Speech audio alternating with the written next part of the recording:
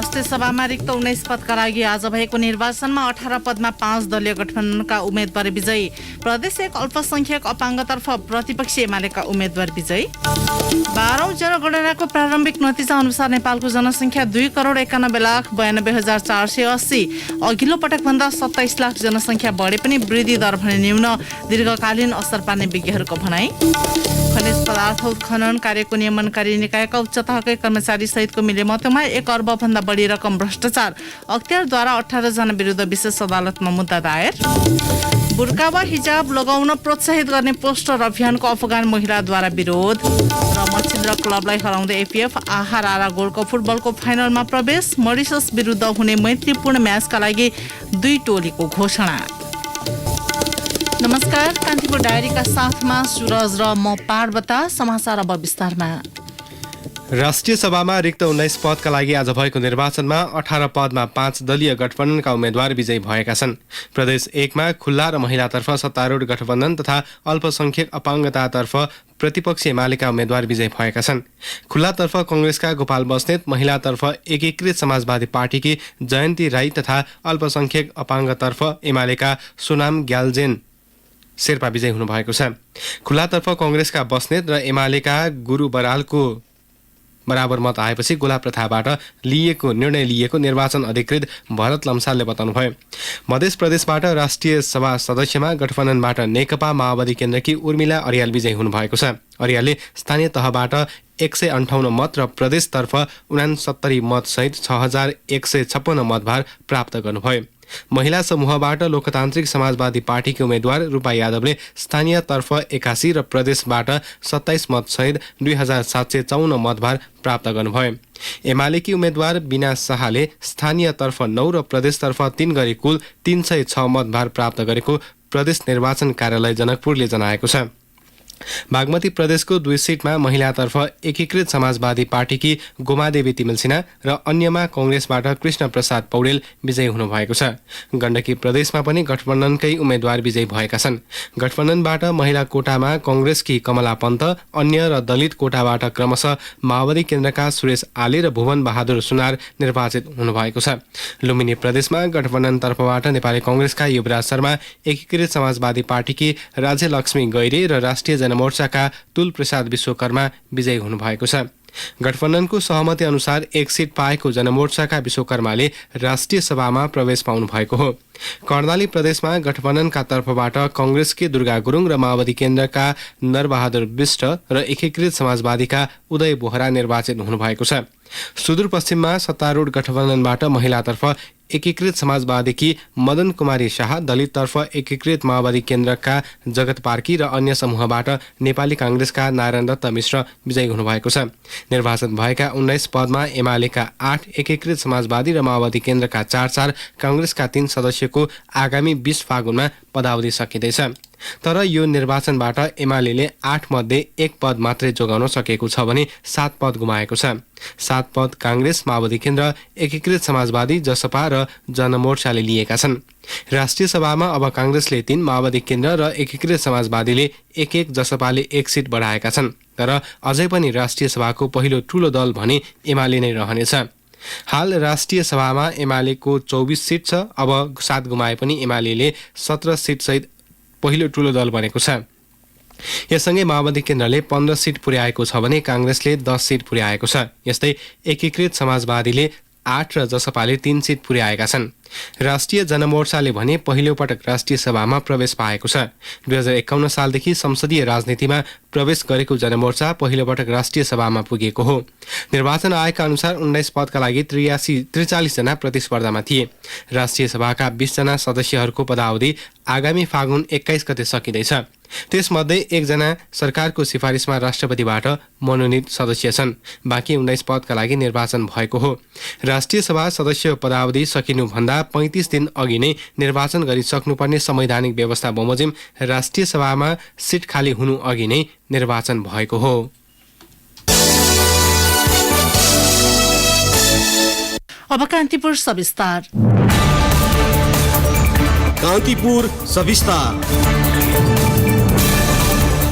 12औं जनगणनाको प्रारम्भिक नतिजा अनुसार नेपालको जनसङ्ख्या 2,91,92,480 पुगेको छ। केन्द्रीय तथ्याङ्क विभागले सार्वजनिक गरेको नतिजा अनुसार कुल जनसङ्ख्या मध्ये नेपालमा पुरुषभन्दा महिलाको जनसङ्ख्या 6 लाख भन्दा बढी छ। 10 वर्ष अघिको गणना भन्दा झण्डै 27 लाख जनसङ्ख्या बढे पनि नेपालमा जनसङ्ख्या वृद्धि दर भने 0.93% देखिएको छ। वैदेशिक रोजगारी, आप्रवासन तथा पारिवारिक संरचनामा भएको फेरबदल लगायत कारणले जनसङ्ख्या वृद्धि दर कम भएको विज्ञहरूले बताएका छन्। उनीहरूका अनुसार जनसङ्ख्या वृद्धि कम हुनुको प्रभाव तत्काल नदेखिए पनि दीर्घकालमा पर्ने ठानिएको छ। गत कार्तिक 25 गतेदेखि मङ्सिर 9 गतेसम्म गरिएको गणनाको प्रारम्भिक नतिजा अनुसार नेपालमा महिलाको संख्या 1,49,01,169 तथा पुरुषको संख्या 1,42,91,311 पुगेको हो। 2068 सालको तुलनामा हालको जनसङ्ख्या 10.69% वृद्धि भएको केन्द्रीय तथ्याङ्क विभागले जनाएको छ। बुधबार सार्वजनिक गरिएको जनसङ्ख्याको प्रारम्भिक नतिजा अनुसार हिमाली तथा पहाडी क्षेत्रमा जनसङ्ख्या घट्दो क्रममा छ भने तराई क्षेत्रमा जनसङ्ख्या बढ्दै गएको छ। अघिल्लो पटकको जनगणनामा तराई क्षेत्रमा कुल जनसङ्ख्याको 50.27% मानिस रहेकोमा यो पटक 53.66% पुगेको छ भने पहाडी क्षेत्रमा 40.25 र हिमाली क्षेत्रमा 6.09% जनसङ्ख्या छ। संघीय संरचनामा गएपछि पहिलो पटक गरिएको गणना अनुसार प्रदेशगत रूपमा मध्य प्रदेशमा सबैभन्दा धेरै 61,26,288 तथा कर्णाली प्रदेशमा सबैभन्दा कम 16,94,889 रहेको विभागको तथ्याङ्क छ, जस अनुसार समग्र जनसङ्ख्याको 20.99 मधेस र 5.81 कर्णाली प्रदेशमा रहेको छ। तथ्याङ्क विभागले अन्तिम नतिजा आउन अझै केही समय लाग्ने र अहिलेको तथ्याङ्कमा 2 देखि 3% घटबढ हुन सक्ने बताएको छ। विभागका महानिर्देशक नेविल लाल श्रेष्ठ भन्छन्, अब सम्पूर्ण लगभग 2,92,00,000 चाहिँ नि व्यक्तिहरूको चाहिँ कम्प्युटर प्रविष्टि गर्नलाई केही नभए पनि 6 देखि 8 महिनाको समय लाग्ने हुन्छ। यो समय भनेको अबको चाहिँ 20-25 दिनबाट हामी सुरु गर्छौँ अनि त्यो 6-8 महिना समय पश्चात चाहिँ नि हाम्रो डेटा इन्ट्रीको काम सम्पन्न हुन्छ र तत्पश्चात चाहिँ नि यसको प्रोसेसिङ, टेबुलेसन र रिपोर्ट राइटअपको काम हुन्छ र यसको चाहिँ विस्तृत विवरण आउने चाहिँ अबको 1 वर्षबाट सुरु हुन्छ। जिल्लागत आधारमा सबैभन्दा धेरै जनसङ्ख्या काठमाडौँमा 20,17,532 र मनाङमा सबैभन्दा कम 5,645 रहेको छ। पछिल्लो जनगणना अनुसार शहरी क्षेत्रमा बसोबास गर्ने जनसङ्ख्या 68.08 तथा ग्रामीण क्षेत्रमा बसोबास गर्ने जनसङ्ख्या 33.92% रहेको छ। 753 स्थानीय तहमध्ये 293 वटा नगरपालिकाहरूलाई शहरी क्षेत्र तथा 460 गाउँपालिकालाई ग्रामीण क्षेत्र मानेर विभागले शहरी र ग्रामीण क्षेत्रका बासिन्दा छुट्याएको हो। 10 वर्षको अन्तरालमा जनसङ्ख्या केही बढे पनि वार्षिक जनसङ्ख्या वृद्धि दर भने 0.93% रहनुलाई जनसङ्ख्याविदहरूले महत्वका साथ हेरेका छन्। जनसङ्ख्या वृद्धि दर घट्नुको कारणबारे जनसङ्ख्याविद प्राध्यापक डाक्टर योगेन्द्र बहादुर गुरुङ भन्छन्, मोड अफ लिभिङमा मान्छेको परिवर्तन आयो, न्युक्लियर फ्यामिलीमा मान्छे बढी इन्ट्रेस्टेड भए, आफूलाई म्यानेज गर्न सक्ने मात्रै बच्चा जन्माउनु स्थितिहरू अहिले सृजना भएको छ। त्यो आदि कारणले गर्दाखेरि वास्तवमा यो घटेको हो र मुख्य कुरो त्यसमा ठुलो कन्ट्रिब्युसन फरेन लेबर माइग्रेसनको पनि छ, किनभने फर्टाइल एजमा बाहिर काम गर्न जान्छन्, त्यसले गर्दाखेरि पनि लामो समयसम्म फ्यामिली सेपरेसन हुन्छ, त्यो पनि एउटा कारण हो। पछिल्लो तथ्याङ्क अनुसार 1% भन्दा कम वार्षिक जनसङ्ख्या वृद्धि दर विक्रम सम्वत 1987 पछिकै सबैभन्दा कम हो। 2068 सालमा वार्षिक जनसङ्ख्या वृद्धि दर 1.35% रहेको थियो। जनसङ्ख्याको वृद्धि दरमा कमी आउँदा तत्काल कुनै असर नदेखिए पनि दीर्घकालमा त्यसको प्रभाव पर्न सक्ने डाक्टर गुरुङको भनाइ छ। दीर्घकालमा गएर चाहिँ के हुन्छ भने 50औं वर्ष लाग्न सक्छ, वृद्ध उमेरको धेरै हुन्छ, काम गर्ने सक्ने मान्छेहरू घट्दै जान्छ र तलबाट जुन कम जन्मने भइसकेपछि फिडिङ पनि कम हुन्छ, त्यसले गर्दाखेरि एजिङ प्रोपोर्सन बढ्दै जाला। अहिले 7 छ भनेदेखि 8, 10, 15, 20 हुँदै जाला हैन, त्यो स्थिति हुन सक्छ। तथ्याङ्क भन्छ स्थानीय तहको आधारमा नगरपालिकाको रूपमा सबैभन्दा धेरै जनसङ्ख्या काठमाडौँ महानगरपालिकामा 8,65,906 तथा सबैभन्दा कम जनसङ्ख्या डोल्पाको ठुली भेरी नगरपालिकामा 10,187 छ। गाउँपालिकातर्फ सबैभन्दा धेरै जनसङ्ख्या पाकेको बैजनाथपुर गाउँपालिकामा 70,315 र सबैभन्दा कम जनसङ्ख्या मनाङको नार्पा भूमि गाउँपालिकामा 442 जना छ। मुलुकभर 56,43,945 घरका 66,61,059 वटा परिवारबाट तथ्याङ्क संकलन गरिएको हो। जनगणना सुरु भएदेखि नै चर्चामा रहेको लिम्पियाधुरा, लिपुलेक र कालापानी क्षेत्रको जनसङ्ख्या हाराहारीमा रहेको प्रारम्भिक अनुमान छ। त्यहाँ भौतिक रूपमा पुगेर गणना नगरिए पनि प्रविधिको प्रयोग गरी जनसङ्ख्या आकलन गरिएको विभागको भनाइ छ। रेडियो कान्तिपुरका लागि रमेश दुलाल। कान्तिपुर सविस्तार। कान्तिपुर डायरीमा अब ब्रेकको पालो। अब बाँकी प्रसङ्ग। खनिज पदार्थ उत्खनन कार्यको नियमनकारी निकाय खानी तथा भूगर्भ विभागका उच्च तहकै कर्मचारी सहितको मिलेमतोमा 1 अर्ब रुपैयाँ भन्दा बढी रकम भ्रष्टाचार भएको देखिएको छ। खानी सञ्चालकसँग मिलेर विभागका कर्मचारीले प्राकृतिक स्रोत साधन दोहनमा सघाएको अख्तियार दुरुपयोग अनुसन्धान आयोगको ठहर छ। यसै क्रममा अख्तियारले विभागका महानिर्देशक सहित 18 जना विरुद्ध विशेष अदालतमा भ्रष्टाचार मुद्दा दायर गरेको छ। खनिज पदार्थ उत्खननमा अनियमितता गरेको आरोपमा विभागका महानिर्देशक रामप्रसाद घिमिरे र उपमहानिर्देशक जयराज घिमिरे सहित 18 जना विरुद्ध विशेष अदालतमा मुद्दा दायर भएको हो। उनीहरूलाई 1 अर्ब 24 करोड 45 लाख 26,643 रुपैयाँ बिगो माग सहित विशेष अदालतमा मुद्दा दर्ता गरिएको आयोगले जनाएको छ। चुनढुङ्गा उत्खननमा अनियमितता भएको आशंकामा अख्तियारमा उजुरी परेपछि अनुसन्धान अघि बढेको थियो।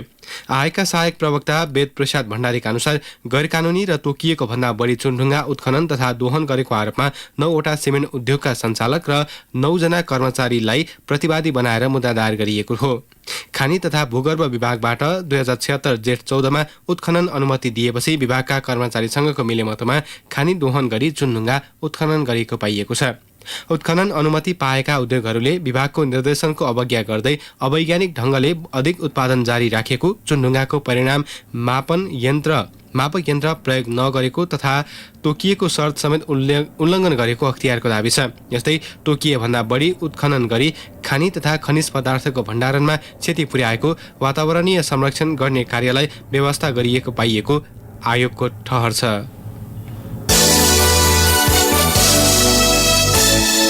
स्थानीय तहको निर्वाचन धकेल्न सत्ता गठबन्धनले कसरत गरिरहेको भन्दै आलोचना बढिरहेका बेला सरकारले त्यसको प्रतिवाद गर्दै संविधानको भावना अनुसार तोकिएकै मितिमा निर्वाचन हुने बताएको छ।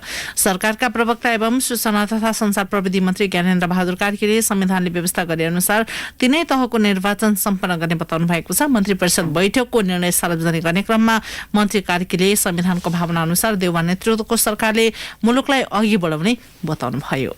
संविधानले व्यवस्था गरे अनुसार नै स्थानीय सरकारको, प्रदेश सरकारको र प्रतिनिधि सभाको हामी निर्वाचन सम्पन्न गर्नेछौँ र जनताको जुन सार्वभौमिक अधिकार छ त्यसलाई अक्षुण्ण राख्दै जनताको भावना अनुसार निर्वाचनहरू समयमै सम्पन्न हुने कुरा म फेरि पनि स्पष्ट गर्न चाहन्छु।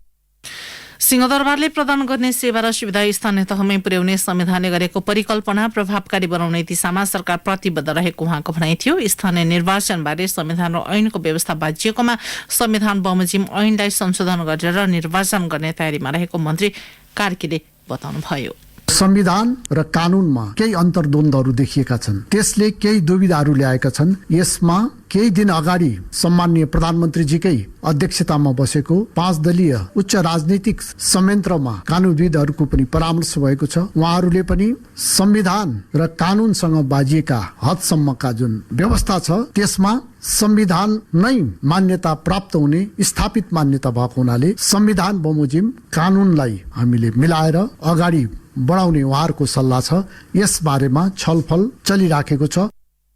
यसैबीच सरकारले निर्वाचनको विषयलाई लिएर भ्रम सृजना नगर्न प्रतिपक्षी एमालेलाई आग्रह गरेको छ। मन्त्री कार्कीले निर्वाचनको विषयमा एमालेले राजनीति गर्न खोजेको टिप्पणी गर्नुभयो। हामी मुलुकको आन्तरिक एकतालाई अझ मजबुत बनाएर अगाडि बढ्न चाहन्छौँ र प्रमुख प्रतिपक्षी दलले लामो समयदेखि संसद अवरुद्ध गरेको छ। यी सबै कुराहरू संसदमै छलफल हुने विषय हुन्, किनभने यी जनतासँग सम्बन्धित विषयहरू हुन् र यी मात्रै होइन, धेरै अध्यादेशहरू अहिले संसदमा अल्झिराखेको अवस्था छ। संसदलाई प्रभावकारी बनाउने दायित्व प्रमुख प्रतिपक्षी दलको पनि भएको उहाँको भनाइ थियो। नेपालमा पछिल्लो पटक 8,454 जनामा कोरोना भाइरसको संक्रमण पुष्टि भएको छ। 13,549 पीसीआर परीक्षणमा 5,571 र 6,810 एन्टिजेन परीक्षणमा 2,883 जना संक्रमित थपिएको स्वास्थ्य तथा जनसङ्ख्या मन्त्रालयले जनाएको छ। पछिल्लो 24 घण्टामा 4,433 जना संक्रमण मुक्त भएका छन्। त्यस्तै कोरोनाबाट थप 5 जनाको मृत्यु भएको छ। देशभर 90,067 सक्रिय संक्रमित छन्। यसैबीच सरकारले कोभिड-19 विरुद्धको खोप लगाउन छुटेका 12 देखि 17 वर्ष उमेर समूहका बालबालिकालाई अर्को साताबाट खोपको व्यवस्था गरेको छ। एपिडेमियोलोजी तथा रोग नियन्त्रण महाशाखाका प्रमुख डाक्टर कृष्ण प्रसाद गौतमले नजिकको स्वास्थ्य केन्द्रमा गएर खोप लगाउन आग्रह गर्नुभयो। गृह मन्त्रालयको निर्णय बमोजिम यही माघ 16 देखि 20 गतेसम्म विद्यार्थीहरूलाई विशेष गरी छुटेका विद्यार्थीहरूलाई कोभिडको खोप चाहिँ प्राप्त गरून् भन्ने हिसाबले विद्यालय खुलाएर विशेष गरी स्थानीय स्वास्थ्य संस्था, स्थानीय पालिका र जिल्ला खोप समन्वय समितिको समन्वय बमोजिम उहाँहरूलाई कसैले पनि यो विशेष गरी 12 देखि 17 वर्षका विद्यालय जाने उमेरका बालबालिकाले खोप छुट्नु नपरोस् भन्ने हिसाबले व्यवस्था मिलाइएको छ। यसमा सहयोग पुर्याउनु हुन सबैलाई हार्दिक अनुरोध गर्न चाहन्छौँ। 12 वर्ष मुनिका बालबालिकाका लागि पनि खोपको व्यवस्था गर्ने सरकारले तयारी गरेको उहाँको भनाइ थियो। मध्य प्रदेशमा आज भएको निर्वाचनका क्रममा सीके राउत नेतृत्वको जनमत पार्टीले अवरोध सृजना गर्न खोज्दा केही बेर तनाव उत्पन्न भएको छ।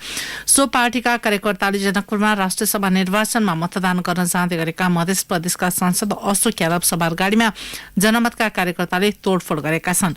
सो क्रममा सांसद यादवको हातमा चोट लागेको छ। यसैगरी जनकपुर स्थित मतदान स्थलमा जनमत पार्टीका कार्यकर्ता र प्रहरी बीच झडप भएको थियो। प्रहरीले अश्रु ग्यास प्रहार गरेर भिडलाई तितर-बितर पारेको हाम्रो सहकर्मीले जनाएका छन्। यसैबीच जनमत पार्टीका कार्यकर्ताले जलेश्वर अस्पतालका मेडिकल सुपरिन्टेन्डेन्ट डाक्टर सतीश शाहमाथि समेत आक्रमण गरेका छन्। त्यस्तै उनीहरूले सर्लाहीको हरिव नगरपालिकाका मेयर गणेश प्रसाई सवार गाडीमा समेत तोडफोड गरेको प्रहरीले जनाएको छ। तोडफोडमा संलग्न सो पार्टीका 2 जना कार्यकर्ता पक्राउ परेका छन्। कान्तिपुर डायरीमा अब इलाम डायरीको पालो। इलाम डायरीमा विप्लव भट्टराईको नमस्कार। मेची राजमार्गको इलाम बजार स्थित नारायण स्थान क्षेत्रमा पहिरोले क्षतिग्रस्त सड़क निर्माणमा ढिलाइ हुँदा समस्या भएको छ। गएको असोजमा पहिरोले राजमार्ग चुडिएपछि बजार क्षेत्रबाट वैकल्पिक व्यवस्था मिलाइएको छ। तर बजार क्षेत्रको सड़क साँगुरो भएकाले यात्रु र मालवाहक गाडीलाई समस्या भएको हो। ठूला भार वहन गर्ने ट्रक, ट्र्याक्टर लगायतका सवारी साधन कारण पैदल यात्रुलाई पनि हिँड्न कठिन हुने गरेको छ। मुलुकमै पहिलो पटक स्थानीय तह मार्फत इलाममा सामुदायिक कृषि क्याम्पस सञ्चालन हुने भएको छ। इलाम नगरपालिकाले सञ्चालन गर्ने क्याम्पसका लागि पूर्वाञ्चल विश्वविद्यालयबाट सम्वर्धन प्राप्त भएको छ। यसै शैक्षिक सत्रबाट बीएससीएजी कृषिमा स्नातकको पढाइ शुरू हुनेछ। कृषि उपज उत्पादनमा अग्रणी जिल्ला भएकोले यहाँ कृषिको पढाइ प्रभावकारी हुने भन्दै नगरपालिकाले 9 नगरसभाबाट क्याम्पस सञ्चालनको प्रक्रिया शुरू गरेको थियो। 8 सेमिस्टरसम्म चल्ने क्याम्पसमा हरेक सेमिस्टरमा 48 विद्यार्थीले भर्ना पाउनेछन्। एक सातादेखि उच्च पहाडी क्षेत्रमा हिमपात भएसँगै निरन्तर चिसो बढेकोले त्यहाँको जनजीवन प्रभावित भएको छ। चिसोका कारण स्थानीयलाई समस्या भए पनि हिउँमा रमाउन चाहने आन्तरिक पर्यटकलाई भने यो वर्षको मौसम गतिलो अवसर बनेको छ। जिल्लाका जौबारी, थुम्केरानी, पाटेनागी लगायत क्षेत्रमा हिउँ खेल्न जानेको बाक्लो उपस्थिति हुने गरेको छ। निजी जमिनमा जाने सड़क निर्माण गर्दा इलामको सूर्योदय नगरपालिकाको कन्याममा चिया विकास निगमको जमिन अतिक्रमण गरिएको भन्दै स्थानीय युवाले विरोध जनाएका छन्। सूर्योदय 7 को कन्याममा केही दिन अघि निजी जमिनमा जाने सड़क खन्दा चिया निगमको केही जमिन समेत अतिक्रमण भएको भन्दै स्थानीय युवाले विरोध जनाएका हुन्। युवाहरूले पर्यटकीय क्षेत्रको चिया बगान मासेर सड़क निर्माण गरी सम्पदाको नष्ट गर्न नपाइने भन्दै विरोध जनाएका छन्। हवस् त इलाम डायरी आजलाई यति नै। विप्लव भट्टराई बिदा माग्छु। नमस्कार। इलाम डायरीपछि कान्तिपुर डायरीमा पुनः ब्रेकको पालो। अब आर्थिक प्रसंग। व्यवसायले अब भन्सार महसुल अनलाइन मार्फत नै तिर्न सक्ने भएका छन्। 70औं अन्तर्राष्ट्रिय भन्सार दिवसका अवसरमा आयोजित एक समारोहका बीच अर्थमन्त्री जनार्दन शर्माले भन्सार महसुलको विद्युतीय भुक्तानी ई पेमेन्ट प्रणालीको सुरुवात गर्नुभएको हो। ई पेमेन्ट प्रणालीको सुरुवातले घरमै बसेर भन्सार जाँच पास गर्न सकिने तथा राजस्व सङ्कलनमा समेत सहजता प्रदान गर्ने मन्त्री शर्माले विश्वास व्यक्त गर्नुभयो। व्यापार सहजीकरण, सेवाग्राही र कर्मचारीको समय बचत लगायतमा ई पेमेन्टले महत्वपूर्ण औजारको रूपमा काम गर्ने उहाँले बताउनुभयो। मन्त्री शर्माले भन्सारमा नयाँ प्रविधि प्रयोग गर्दै आगामी दिनमा भन्सारलाई स्वचालित प्रणालीमा विकास गर्ने उल्लेख गर्नुभयो। उहाँले भन्सारमा नयाँ प्रविधि जोड्दै आगामी दिनमा भन्सारलाई स्वचालित प्रणालीमा विकास गर्ने बताउनुभयो।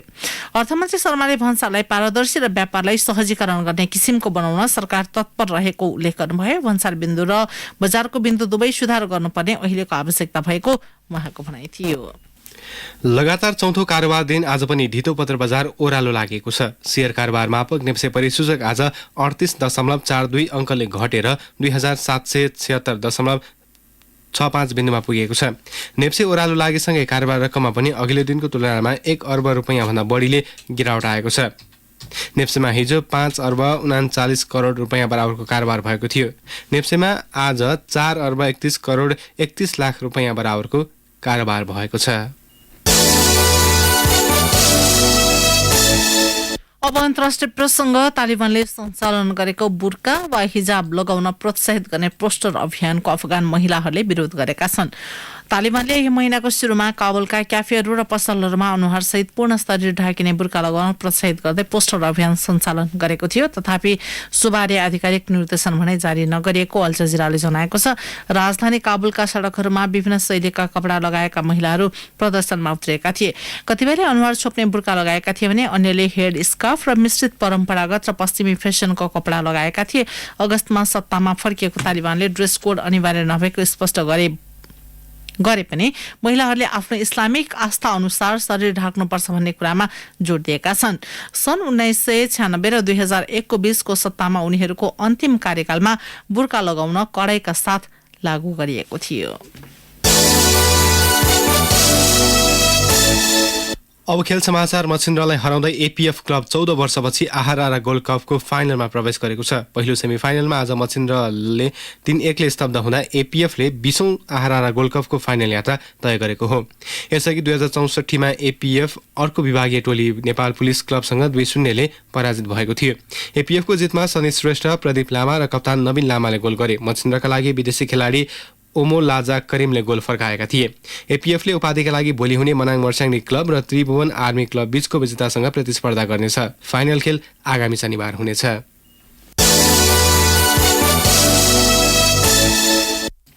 अखिल नेपाल फुटबल संघ एन्फाले मोरिसस विरुद्ध हुने 2 अन्तर्राष्ट्रिय मैत्रीपूर्ण खेलका लागि राष्ट्रिय टोलीको घोषणा गरेको छ। मुख्य प्रशिक्षक अब्दुल्ला अल मुताइरीले 2 खेलका लागि 2वटा अलग्गै टोली बनाएका छन्। मोरिसस विरुद्ध दशरथ रङ्गशालामा हुने पहिलो खेलका लागि घोषित टोलीमा किरण लिम्बू, दीप कार्के, टेकेन्द्र थापा, गौतम श्रेष्ठ, दिनेश राजवंशी, देवेन्द्र तामाङ, सुमन अर्याल, सुजर ठकुरी, सुदीप गुरुङ, सुमन लामा, तेज तामाङ परेका छन्। त्यस्तै विशाल राई, सुजल श्रेष्ठ, मनिष डाँगी, अञ्जन विष्ट, आशिष लामा, दर्शक गुरुङ, विमल घरती मगर, सुनिल बल, नितिन थापा, आकाश बुढा मगर, कृतिश रत्न छेन्जु र जगजित श्रेष्ठ टोलीमा हटाएका छन्।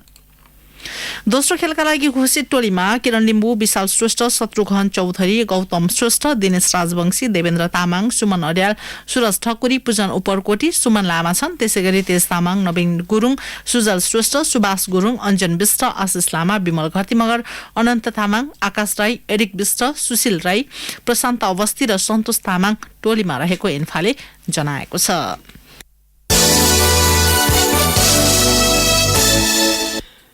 नेपालको पहिलो फ्रेन्चाइज फुटबल प्रतियोगिता नेपाल सुपर लिग एनएसएलको दोस्रो संस्करण आगामी अप्रिल 9 देखि 21 मे 21 सम्म हुने भएको छ। आयोजक नेपाल स्पोर्ट्स म्यानेजमेन्टले विज्ञप्ति जारी गर्दै प्रतियोगितामा 10 टोलीको सहभागिता रहने जनाएको छ। प्रतियोगितामा थप 3 टोली थप भएको आयोजकको भनाइ छ। यसअघि पहिलो संस्करणमा 7 टोलीले प्रतिस्पर्धा गरेका थिए। आगामी फेब्रुअरीमा अक्सनबाट 3 टोली छनौट गरिने आयोजकले जनाएको छ। यस्तै प्रतियोगिताका खेलहरू पोखरा र काठमाडौँमा हुनेछ। पोखरामा सुरु भई काठमाडौँमा प्रतियोगिता समापन हुने आयोजकले जनाएको छ। दशरथ रङ्गशालामा आयोजित पहिलो संस्करणको उपाधि काठमाडौँ रेन्जर्सले उचालेको थियो।